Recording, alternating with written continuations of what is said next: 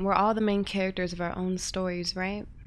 We view the world, take it in, feel, analyze, and even attempt to perceive from outside of ourselves. But no matter how far we try to stray from our own stories, we're always pulled back to the reality of our own chapter, of our own book, sooner or later. I used to think about this phenomenon a lot in relation to all of the other lives being written and produced around me. Do you ever wonder how we're all connected? What role we play in the lives of others? What kind of impact we're leaving around ourselves?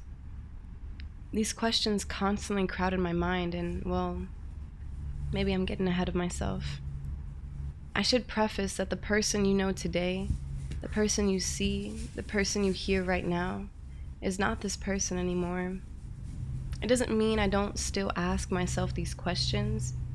It just means that somewhere along the way I found some answers. But in any case, I want to share with you some of the bits of my mind from the past. So, with all these questions cycling through my thoughts, a time in my life came where I believed that the greatest impact I would have would not be in my life, but in my death. Looking back now, I see how morbid that outlook was. But at the time, my life consisted of simply surviving, or struggling to survive, I should say. Either way, it was definitely not living. I was mentally drowning. There was no present moment, only periods of time I needed to get through, like paying a debt.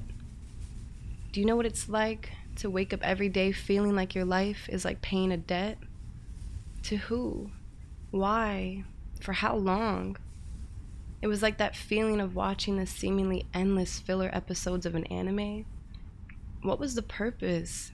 What's next? When is next coming? Will there ever even be a next?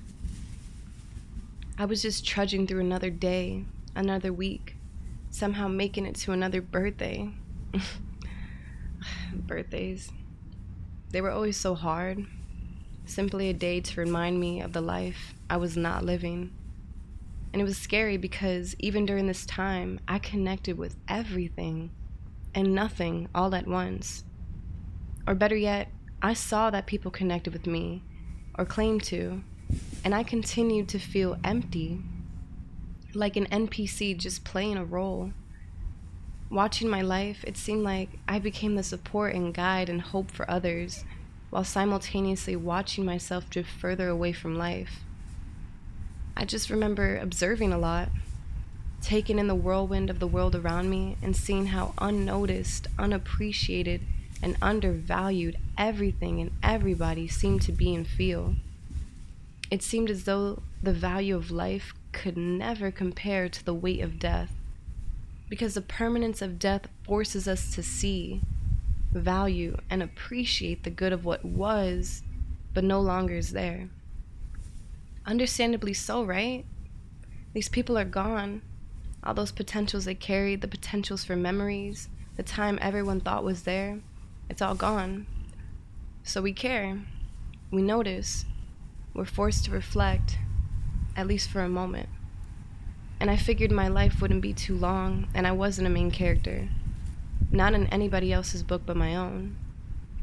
I would die an extra, a supporting role early on in the beginning chapters. And my perception of the world wasn't necessarily wrong. There are so many who don't appreciate or value the good that life offers them. The good is never good enough. The good are weak. The good are easy targets. So many people manipulating, taking advantage of others, not caring at all about the trail of pain they leave behind. The world holds a spotlight too often focusing on the negatives, and too many people discounting the positives in people and places and things, experiences, just in life. We see it all the time, online especially. But, and I say this truly and wholeheartedly, so what? And don't get me wrong, it's not a dismissive, it doesn't matter, and I don't care type of so, but and how is focusing all of my energy and attention to the point of feeling apathetic, to the point of nearly giving up, how is that going to help change the very thing that I see a problem with. And this doesn't mean that I need to personally hold the responsibility of changing the world on my shoulders. No. This means that I need to see that a change like that starts with changing my own world, and thus changing the worlds of the people, the lives, within my story, at least a bit. Because if not, then I'd just be falling into the same category of not appreciating and valuing the good of the world, and just rolling over and saying, but other people don't care. I care. I see the value. I appreciate life. I appreciate people. I appreciate the good that is everywhere, in nature, in animals, in experiences like having that first taste of water in the morning, feeling the sun on my face, hearing the sound of laughter, witnessing the small gestures of kindness, the beam of light that pierces through the darkest of days in the form of sometimes just one kind soul. Anything and everything, I appreciate it. I can even appreciate the compassion some hardships can bring, although I do still question a lot of the bad of the world without really appreciating any aspect of it. But I refuse to allow the negative lens to become the only one I use to capture the world.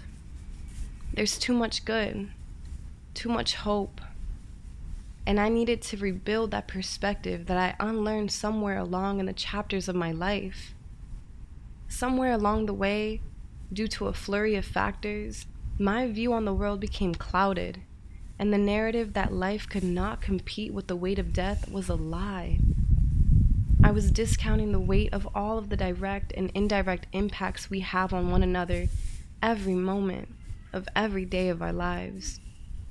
Every day that you think you've gone unnoticed, unheard, unseen, the world took you into consideration, and like a domino effect, you impacted things. You mattered. The people in this world, whether directly in your story or not, play a role in the world as a whole, thus playing a role in your world, and you playing a role in theirs. Even if but for a moment, even if never directly, even if in a way that is beyond us. And losing someone in their beginning chapters, losing someone who wants the good of the world for others, losing someone who has felt empty and still managed to make others feel full, losing those that are still figuring out who they are to even themselves, losing those people will always be a disservice to the world. There's too much left unwritten, and there's too much power and potential to change our stories, to grow and prosper. We never know who or what why is coming in the next chapter.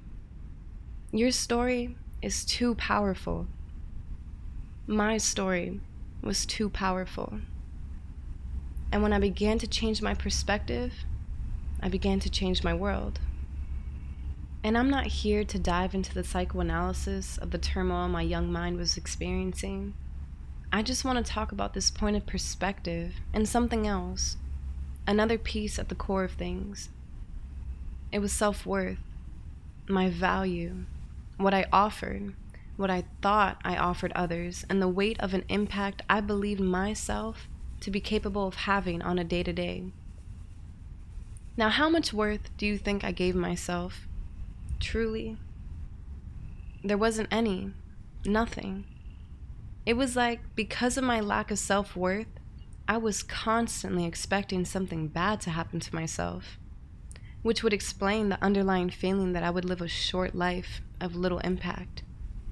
Although I would never outwardly put myself in a bad situation, I just always deep down hoped it would be me experiencing suffering over anybody else. Because people are valuable and full of potential, and people have so much light to offer if they choose to. And isn't that crazy? Because, was I not people? In hindsight, this is what I would ask myself. But at the time, my perspective was this. I know me. I'm not worth it. Whatever it is, trust me when I say to put every single living being before me. And even then, it won't matter if I'm considered at any point.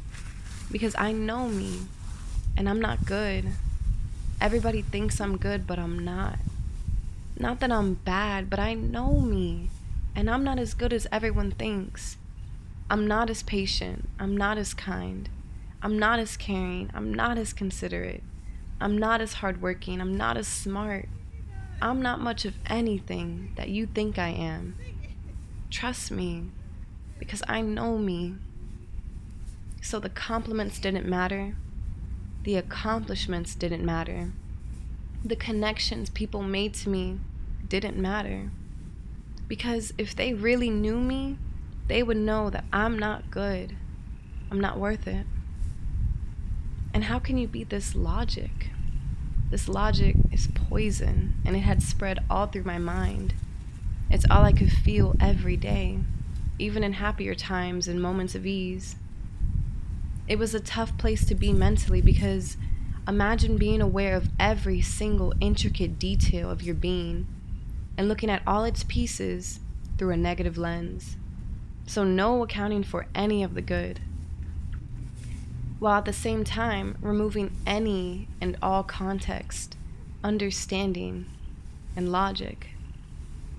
I was judging myself as if I were an outsider with no context, the same way we, as people, may judge somebody who bumped into us on the street or cut us off in traffic as inconsiderate or impatient or simply a bad person. We see bad and we judge it at face value. We don't see that the person that bumped us was anxiously opening their lab results that were just emailed to them, or that the person that cut us off in traffic was rushing to the hospital for the birth of their child. We don't consider the possibility and oftentimes reality that people fall short not because they are bad people with bad intentions, but simply because they are people with their own lives and preoccupations, oftentimes with good intentions, a lack of understanding, and a lot of room for growth. And don't get me wrong, this isn't always the case in life, especially with more impactful situations.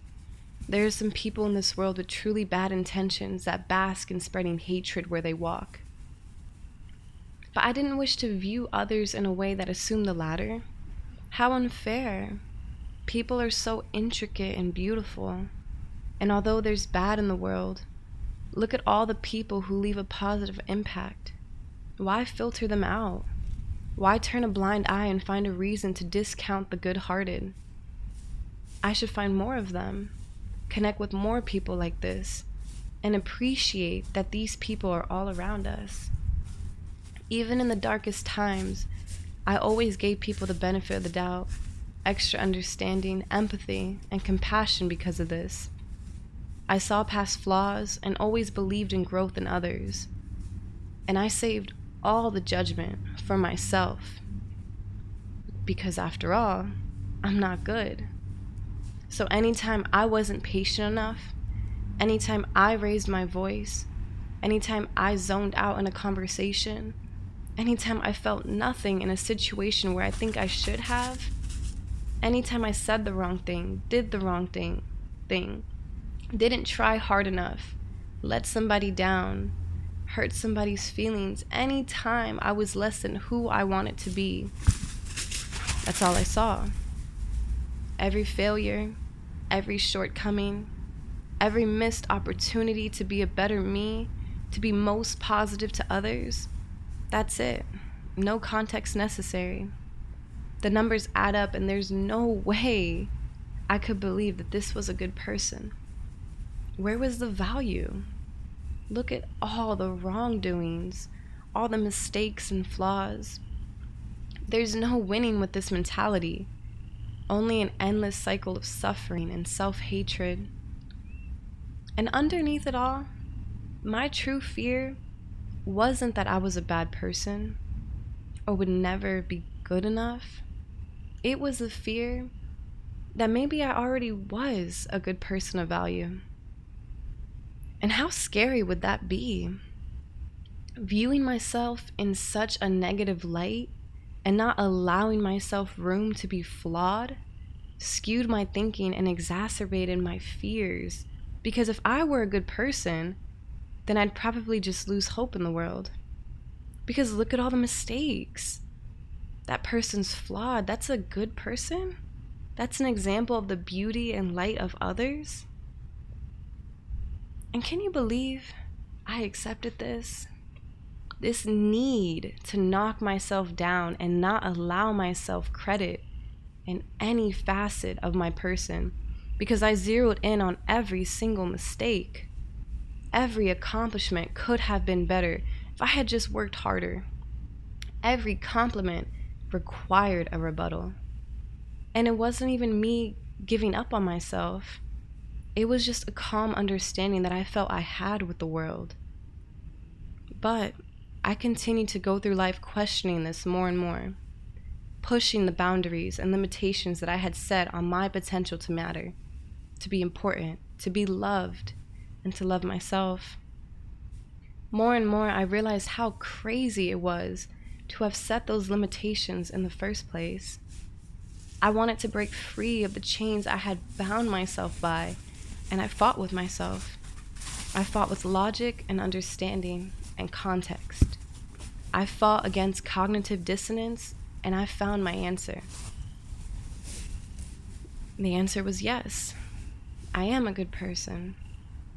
And I don't say this in some self-proclaiming nature, more so in a way of just coming to terms with the fact that I am a person that makes so many mistakes and makes it a point to constantly learn and grow from them. I'm so far from perfect, but I'm always striving to be a better version of myself, always self-reflecting, working through negative thoughts, bringing positivity to others in profound ways, according to their accounts. So why is that not a good person? The same grace I gave the world was finally being given to myself. I worked to give myself understanding, patience, compassion, and love. I began to give myself the benefit of the doubt and care about my well-being just as I would care about another. Because after all, I was a person, and people are valuable and full of potential, and people have so much light to offer if they choose to.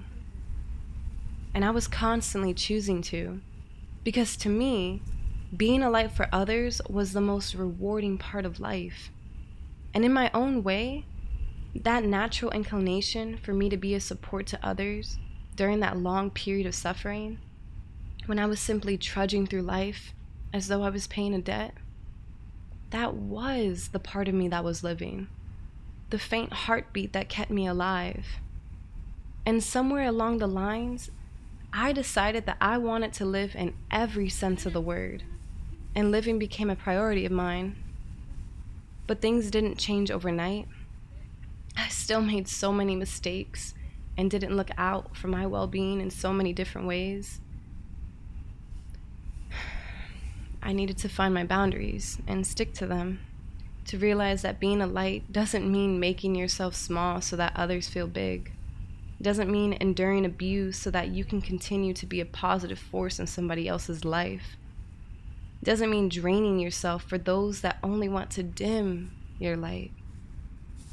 And I found it especially tough to choose what was best for me at first, because I was working hard to destroy the mental and emotional barriers and lies I've since lived by.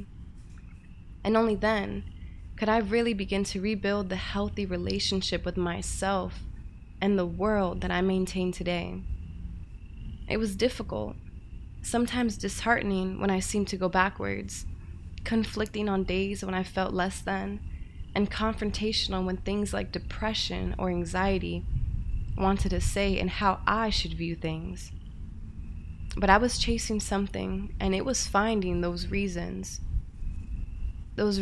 to wake up in the morning, to go outside, to close my eyes and breathe in the fresh air, to watch the sunsets, to dance in the rain, to try something new, to keep connecting with others, to live. Above all, I was chasing what love should be in this life and finding that within myself. I wanted to evoke and feel the beauty of the world and what love can be within me, you know?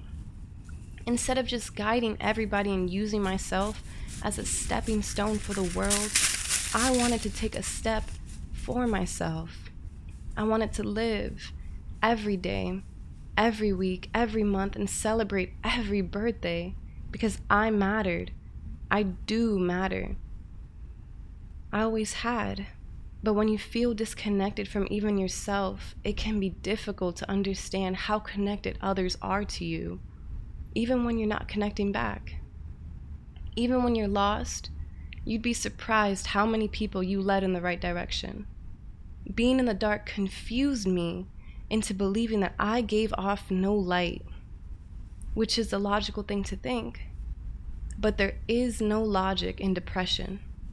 It's a cloud, and it blocked me from seeing how much light I was offering and how much light I could offer myself.